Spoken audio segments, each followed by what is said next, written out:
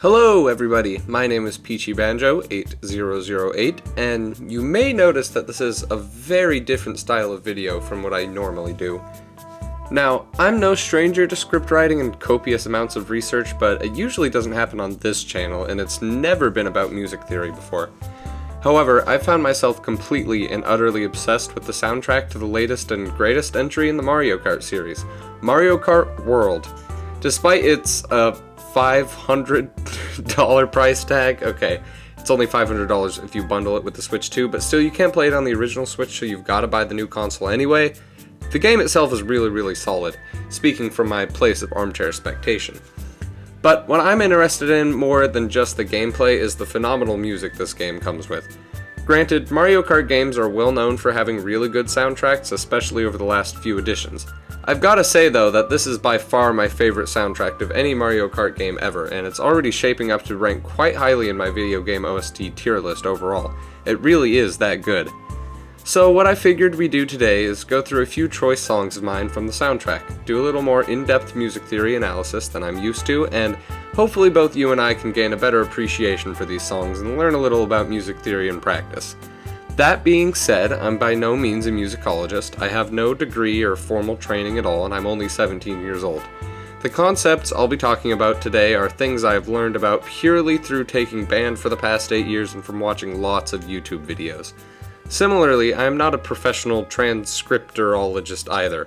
Chords especially have a tendency to mess me up, so if you see an incorrect chord in any of the sheet music I present to you today, let me know down in the comments and I'll make a correction somewhere. I am trying my best. With that being said, let's take a listen to our first song for today, the theme from Crown City, starting about 38 seconds in with a nice synth and brass solo exchange.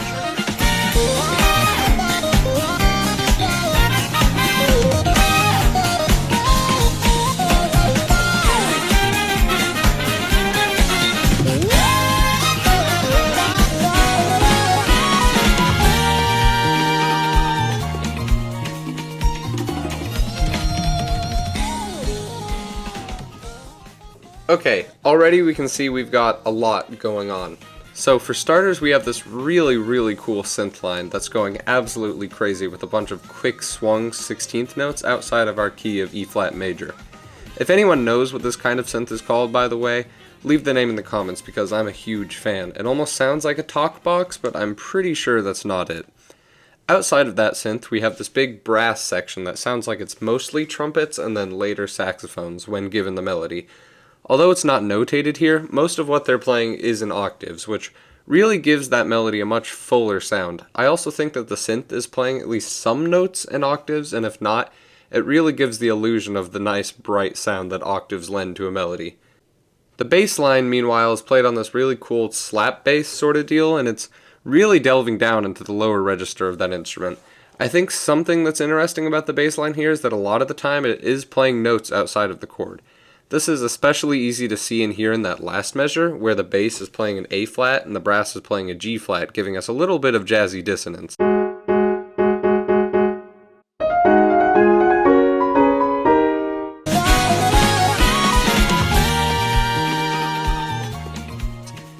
The bass line in general is also just doing a lot of descending root note stuff. One of the most interesting things about this excerpt is, I think, the illusion of it being much faster than it actually is.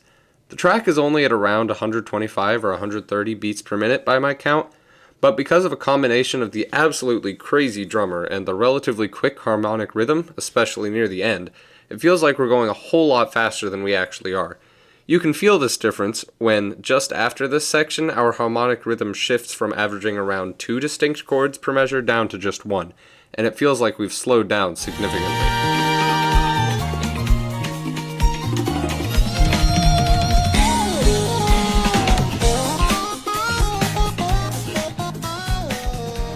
Really cool stuff. This is classic Japanese jazz fusion composition, which is, funnily enough, exactly what a lot of the past few Mario Kart soundtracks have been made up of. It reminds me a lot of the album On the Move by Jun Fukumichi. If you're into jazz fusion and aren't adverse to older music, this particular album is from the 70s, I believe, then it's a nice listen that's not too long and it has some really cool synth stuff I would recommend. Anyway, With that out of the way, let's move on to my next track of choice, being Starview Peak. This excerpt is right at the beginning of the track.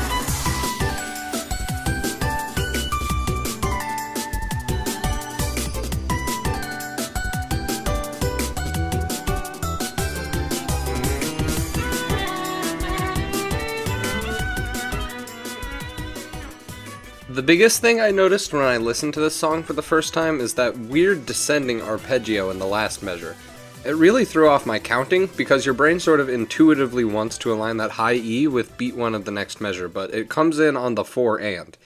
This messed me up for a while, and it took me longer than I would like to admit to transcribe the proper rhythms. Here's a little audio example of what I thought was happening versus what was actually happening. But besides that, it's just some weird chords. We first descend down an F7 chord, which is odd enough considering in the key of G, F is supposed to be sharp, and then descend down some other chord that I had a really hard time identifying. This E flat 7 sharp 5 chord sounded right to me, but honestly I was struggling really hard with it, so it could very well be completely incorrect. It's almost just parallel motion, but because that third note in the run is a G instead of an A flat, it doesn't match fully, making the chord hard to identify.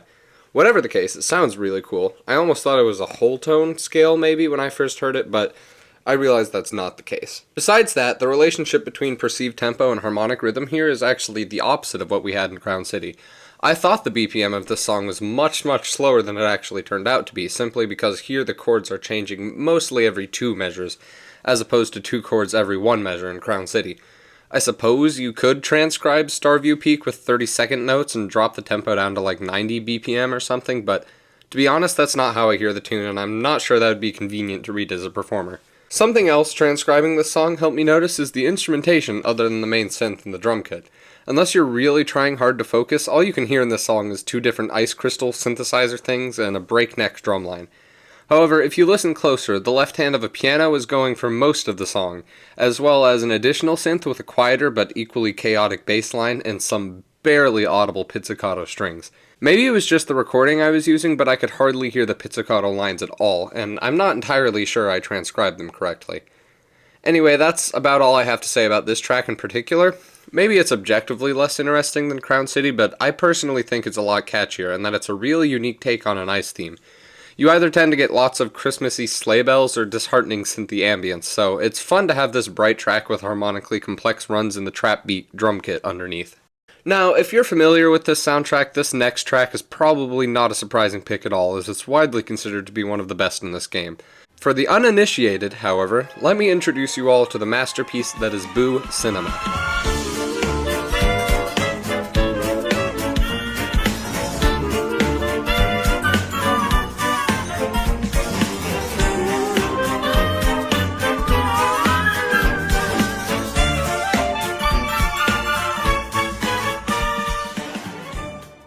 The first thing I have to say about this transcription of Boo Cinema is that those offbeat chords in the upper strings were pretty difficult to hear, and I sort of guessed on a lot of them, so they might not be super accurate. That being said, this song is really fun and jazzy, and it leans into a more recent trend in spooky ghost music of incorporating the traditional sorts of harpsichord and organ sounds with almost New Orleans-style jazz. In fact, there is an entire other jazz version of this track that is done up with saxophones and a full brass section.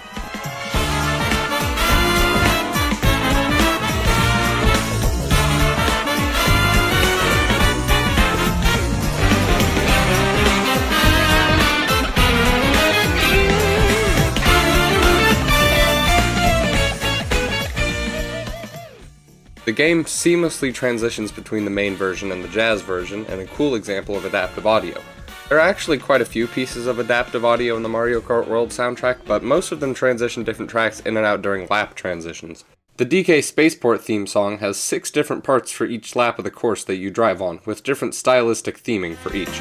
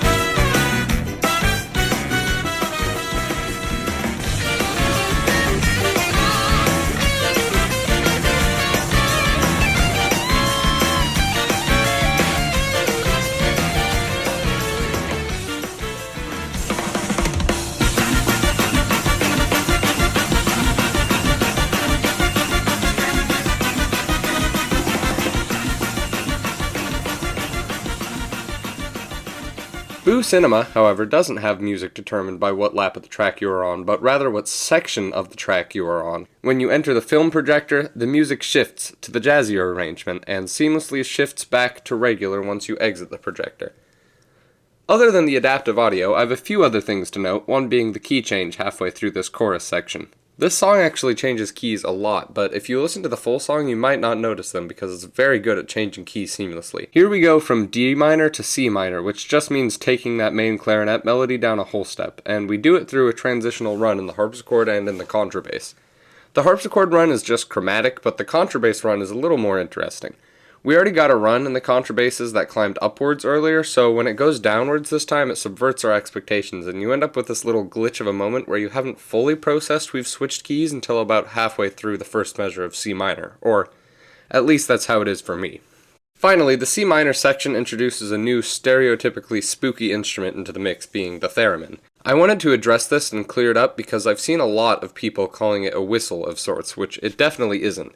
The theremin used to appear a lot in horror movie soundtracks from the mid-20th century, but it's since lost a lot of its effect and is more used now as a cheesy pastiche of what it once was. Perfect for aliens touching down in a Nickelodeon TV show, or for adding some nice background touches to a silly Mario Kart song that plays in a haunted movie theater. That's about all I have to say on this track. I suppose it's probably time to get around to perhaps the coolest track in the game, with some of the coolest music in the game. Rainbow Road.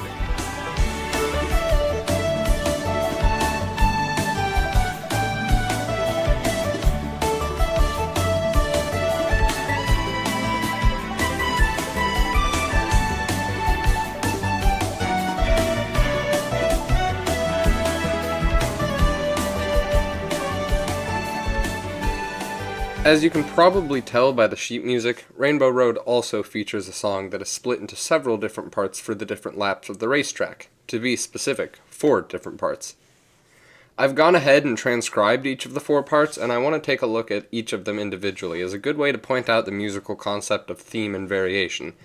Theme and variation was a quote-unquote genre popularized in the ancient classical times, and it's exactly what it sounds like. You introduce a main theme at the beginning, and then make changes to that theme throughout the song to keep it interesting and make each variation feel distinct. We start off our main theme in section 1 in the key of D major. It's a pretty syncopated melody with a lot of notes crossing the bar lines in weird ways and just generally being pretty offbeat.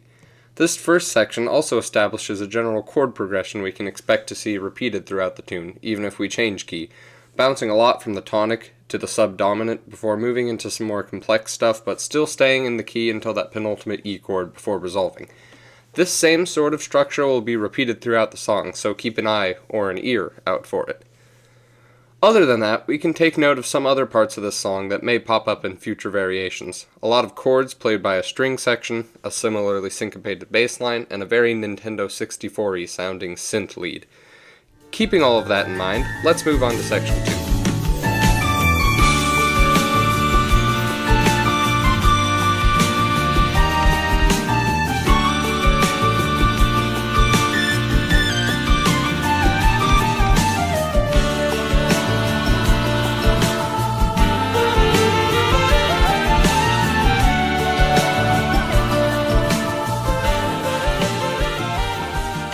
Immediately it feels like we've slowed down quite a bit. This is because we're holding a lot more half and whole notes than we previously were. However, we do go back to the quicker eighth note runs in the second half of this excerpt. One thing to note is that our strings have seemingly been replaced by saxophones. However, this lead synth is still the same, and so is our bass instrument. You might also see by looking at the sheet music that we're straying from the key quite a bit more, both in the 4 chords that loop for the entirety of this excerpt and in the melodic lines across all 3 instruments notated here. Our main theme is still here, this time played by a choir synth. It's been reharmonized this time around, however, to match the more relaxed vibe of this section, and also to make further use of those key-pushing E-flats and B-flats. Instead of going from D major to G major, here we're going from D major to B-flat major to G minor. The astute viewers amongst you will recognize that neither B-flat major or G minor are naturally occurring chords in the key of D major, because they both contain the note B-flat, which just goes to show how far we're pushing this key signature. Keeping all of that in mind, let's move on to section 3.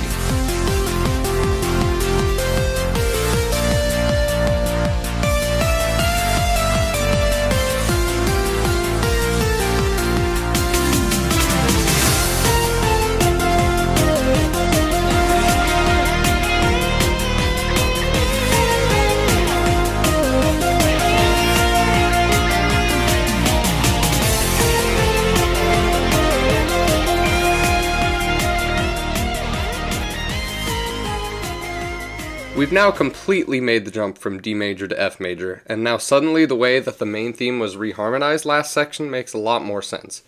The note B flat doesn't occur in D major, but it does in F major. This is just a 1-4-2 minor chord progression now, which makes much more sense than any modal interchange explanation. Besides the harmony here, the instrumentation has changed a fair bit. It's mostly entirely synth and drum kit now, with some sparse guitar runs in between. To be perfectly honest, this is my least favorite of the 4 sections of the song. It's still good, but there are far better, such as Section 4. Let's give it a listen now.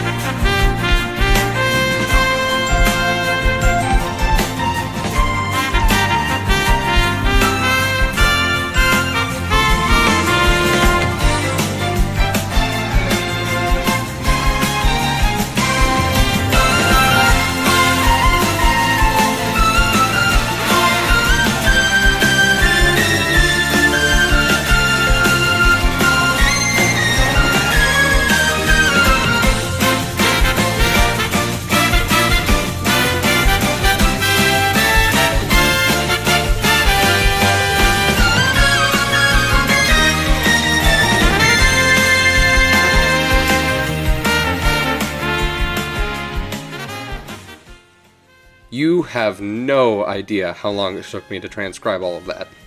So we're fully in F major now, and our main theme is back for one final showing. Our older instrumentation from the beginning is all here again as well. The same synth lead as section 1, the strings, the bass line, and the addition of a big brass section for when we need some triumphance. Most of this last section is playing around with the melody and seeing how far we can stretch it while still having it be identifiable. Around halfway through the excerpt, we get a second melody introduced on the synth, which is my absolutely favorite part of this song.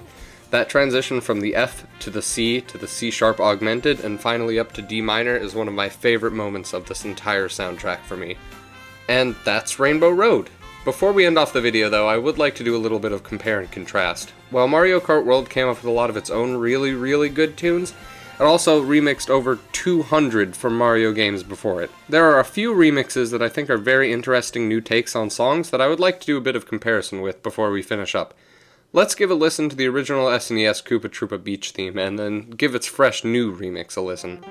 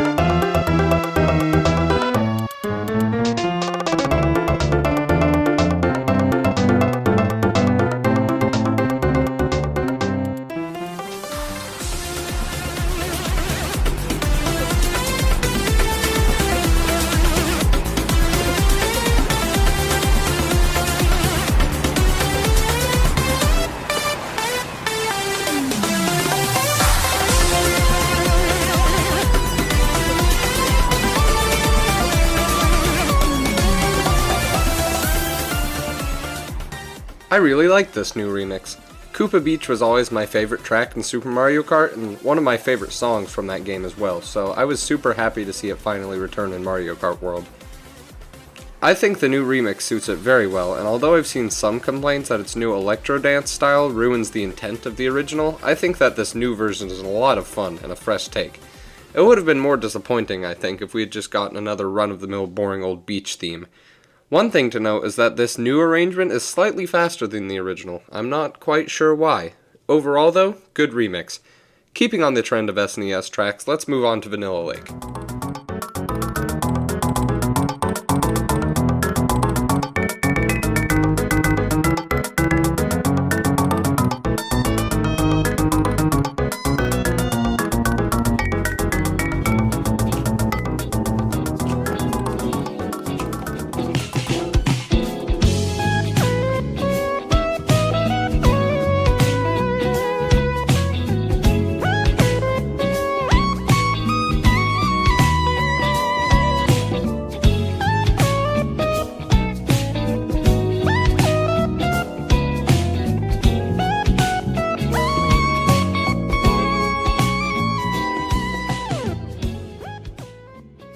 I literally did not recognize this track when I first heard it. Not to say that's a bad thing, though. This song went from being one of the more forgettable themes of Super Mario Kart to one of my favorite in the Mario Kart World OST. Again, a really cool new direction to take a song like this. Starview Peak is already a traditional icy snow theme, so why not turn Vanilla Lake into smooth jazz with a funky worm synth lead? Needless to say, I like this a lot. Finally, let's finish off with this game's version of Dolphin Shoals. If you haven't heard it yet, strap in.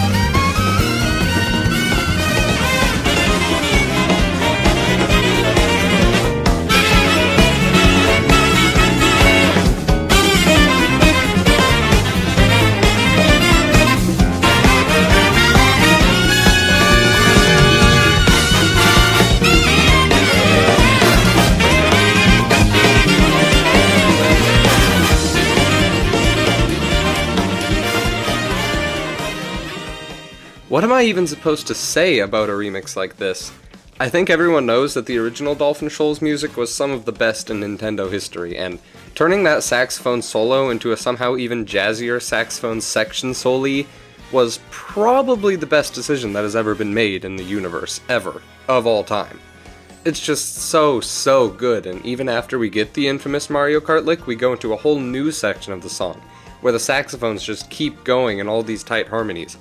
This is probably my favorite of Nintendo's forays into jazz, which is certainly saying something when Jump Up Superstar and the entire rest of the Mario Kart World soundtrack exist, but they've done it.